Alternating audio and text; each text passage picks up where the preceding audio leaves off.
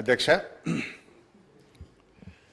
నూతనంగా ఏర్పడినటువంటి ఈ ప్రభుత్వం నుంచి తెలంగాణ ప్రజలు, తెలంగాణ రాష్ట్రం ఎంతో ఆశిస్తూ ఉంది.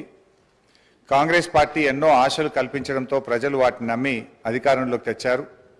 ప్రజలు వారిపై పెట్టుకున్న నమ్మకాన్ని నిలబెట్టుకోవాలని, వారి పాలనలో తెలంగాణ మరింత అభివృద్ధిని, సంక్షేమాన్ని, ఉన్నతిని సాధించాలని BRS party ఆకాంక్షిస్తుంది.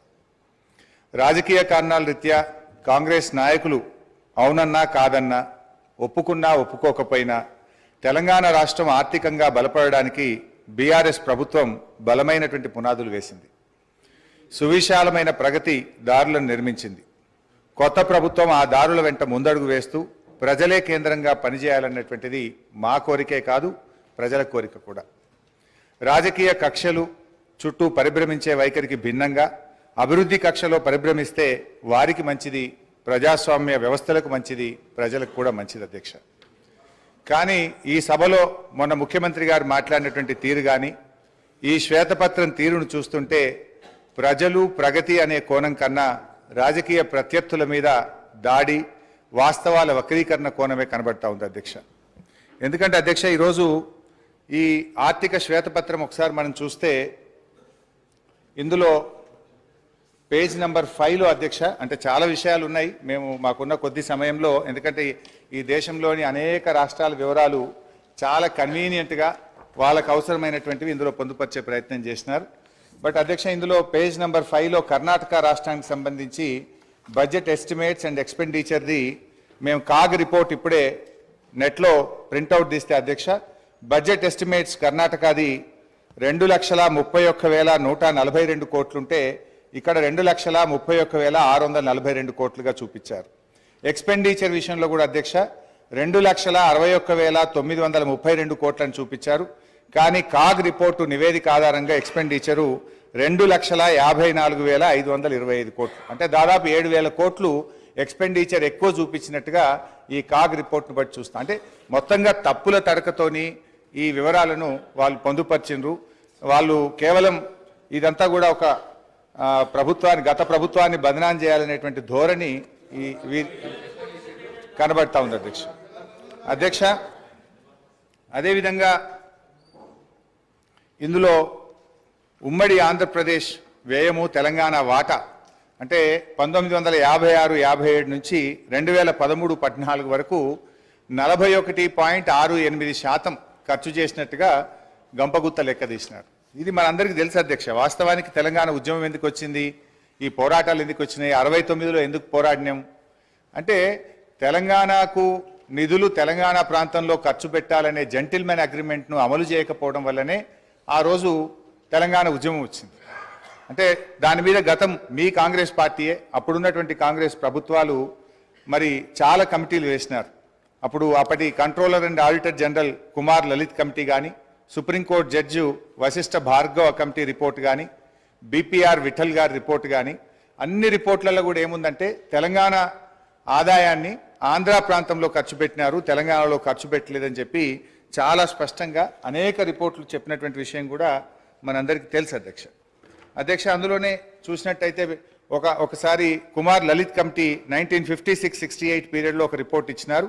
Telangana revenue income 102 కోట్లు అయితే మరి Telangana funds spends in Andhra reason 34.09 కోట్లు అని చెప్పి అప్పుడే ఒక రిపోర్ట్ కూడా ఇచ్చారు అధ్యక్ష. అదేవిధంగా వారు మరి జస్టిస్ భార్గవ కమిటీ రిపోర్ట్లో కూడా ఆ వివరాలన్నీ కూడా తేల్చారు. అంటే ఇది నేను ఎందుకు చెప్పే ప్రయత్నం చేస్తున్నా అంటే ఇక్కడ మీరు 41.68% తెలంగాణలో ఖర్చు పెట్టారు అని ఏ లెక్కలైతే చూపించారో ఇది శుద్ధ తప్పు. కావాలంటే దీని మీద ఒక హౌస్ కమిటీ వేయండి, మొత్తం లెక్కలు తీద్దాం, నిజంగా ఎంత ఖర్చు అయిందో కావాలంటే మేము చూపించడానికి, రుజువు చేయడానికి సిద్ధంగా ఉన్నాం. అంటే మీరేంటంటే అది 41.68% ఉమ్మడి ఆంధ్రప్రదేశ్లో ఖర్చు అయింది, అది ఏదో మెరుగ్గా ఉందని చెప్పి చూపించేటువంటి ఒక ప్రయత్నం చేసినారు, which is totally false and wrong అధ్యక్ష. అంటే బేసికల్లీ ఇంకోటి కూడా జరిగింది అధ్యక్ష. నాకు తెలిసిన సమాచారం మేరకు ఈ రిపోర్ట్ ఇదంతా కూడా ఇది ఎవరు తయారు చేసిండ్రు, మీకు తెలంగాణ అధికారుల మీద నమ్మకం లేక మన ముఖ్యమంత్రి గారి పాత గురువు గారి శిష్యులు, ఒక రిటైర్డ్ ఐఏఎస్ అధికారి, ఒక సస్పెండ్ అయినటువంటి ఫైనాన్స్ డిపార్ట్మెంట్ ఆంధ్రప్రదేశ్ అధికారులను పెట్టి ఇదంతా ఒక కుక్కుడప్ స్టోరీ తయారు చేసి ఇది ప్రజల ముందు పెట్టేటువంటి ప్రయత్నం చేస్తూ ఉన్నారు. సరే ఆ వివరాలు వాస్తవాలు వచ్చినప్పుడు నేను అన్ని విషయాలు కూడా బయట పెడతాం అధ్యక్ష. నో ఐ వుడ్ లైక్ మాకు తెలుస్తాయి కదా, అందుకే మాకు తెలిసిన సమాచారం మేరకు అన్నాను. సరే అధ్యక్ష, పేర్లు చెప్పమంటే చెప్తా, ఆధారాలు చూపించమంటే చూపిస్తా. అట్లా నేను ఎందుకంటే అలా బోదలుచుకోలేదు. సో అధ్యక్ష, ఈ మొత్తంగా ఈ report objection sir, objection sir. Sir, సమాచారం పూర్తి స్థాయిలో నిర్ధారణ చేసుకున్న తర్వాత ఫ్లోర్ మీద మాట్లాడితే బాగుంటుంది సార్. వారు సీనియర్ శాసనసభ్యులు నిరాధారమైన అంటే సత్యదూరమైన మాటలు చెప్పి సభను ప్రక్కదారి పట్టించే కార్యక్రమం చేస్తా ఉన్నారు అధ్యక్ష. I would like to request you అధ్యక్ష, ఈరోజు లెక్కల తప్పు ఉంటే తప్పకుండా తప్పో ఒప్పో మా ఫైనాన్స్ మినిస్టర్ గారు తప్పకుండా చెప్తారు. కానీ ఎవరో ప్రిపేర్ చేశారు, ఎవరో ముందు పెట్టారు, ఏదో అపోగలదు. I request honourable member to withdraw the word sir, otherwise expunged from the records. Speaker sir, పేర్లు చెప్పమంటారా? మరి పేర్లు కూడా చెప్పమంటారా? అధ్యక్ష, నేను మాకున్నటువంటి సమాచారం మేరకు అని చెప్పానే తప్ప నేను పేర్లు చెప్పలేదు. సో అది ఒకవేళ తప్పు అయితే మీ సమాధానంలో తప్పని చెప్పండి. నేను I stand on my word అధ్యక్ష. అయితే ఈ రిపోర్ట్లో అధ్యక్ష, ముఖ్యంగా ఈ మొత్తం రిపోర్ట్ చూస్తే అధ్యక్ష, అంటే వాళ్ళు బేసికల్లీ ఏ అంశాల్లో అయితే ప్రభుత్వాన్ని తప్పుపట్టచ్చో లేదా గత ప్రభుత్వాన్ని తప్పుపట్టచ్చో, ఏ అంశాల్లోనైతే మనము మెరుగ్గా ఉన్నామని చెప్పే ప్రయత్నం చేసినారో ఒక కన్వీనియంట్గా దీన్ని తయారు చేసినారు. చాలా రంగాల్లో తెలంగాణ రాష్ట్రం అద్భుతమైనటువంటి గత 10 సంవత్సరాల్లో ప్రగతిని సాధించింది. అనేక విషయాల్లో కూడా మనం చాలా మెరుగ్గా ఉన్నాం అధ్యక్ష. కానీ వీళ్ళు తయారు చేసినటువంటి పట్టికలు చూస్తూ ఉంటే అధ్యక్ష, ఏవైతే వాళ్ళకి కన్వీనియంట్గా ఉంటాయో వాటిని చూపించేటువంటి ప్రయత్నం చేసినారు. నార్మల్గా అప్పులను ఎట్లా చూస్తామంటే డెట్ టు జిఎస్డిపి రేషియో చూస్తుంటాం. కానీ ఇక్కడ డెట్ టు జిఎస్డిపి రేషియో టేబుల్ను ఇందులో పెట్టకుండా డెట్ టు రెవెన్యూ రిసిప్ట్ చూపించే ప్రయత్నం చేసినారు. ఇప్పుడు అంతర్జాతీయంగా అయినా జాతీయంగా అయినా అప్పులను కొలిచే విధానము డెట్ టు జిఎస్డిపి రేషియో. కానీ ఇందులో ఆ టేబుల్ని ఎక్కడ కూడా చూపించకుండా డెట్ టు రెవెన్యూ రిసిప్ట్స్, అది కూడా ఒక కరోనా ఇయర్ 2021-22 కరోనా సంవత్సరాన్ని తీసుకొని దాని ప్రకారంగా ఇక్కడ చూపించేటువంటి ప్రయత్నం చేసినారు.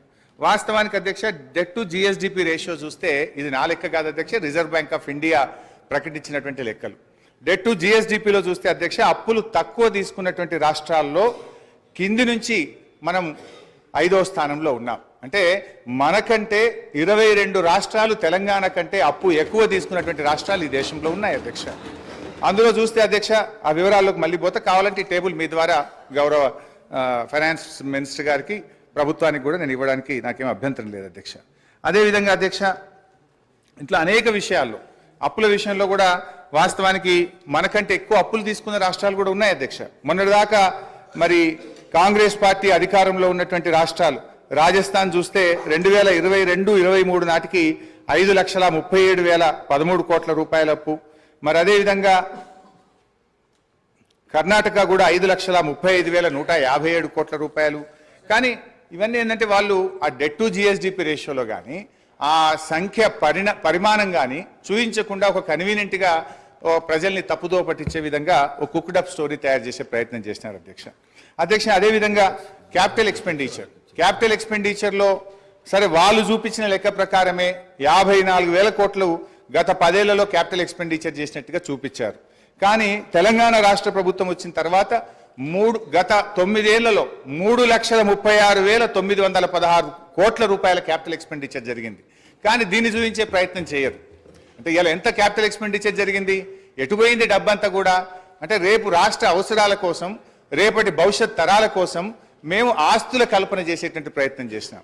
కానీ వాళ్ళ దాంట్లో మరి ఇంత పెద్ద ఎత్తున క్యాపిటల్ ఎక్స్పెండిచర్ జరిగింది అని ఆ నివేదికలో చూపెట్టకుండా ఒక పక్షపాతమైనటువంటి నివేదికను చూపెట్టే ప్రయత్నం చేసినారు.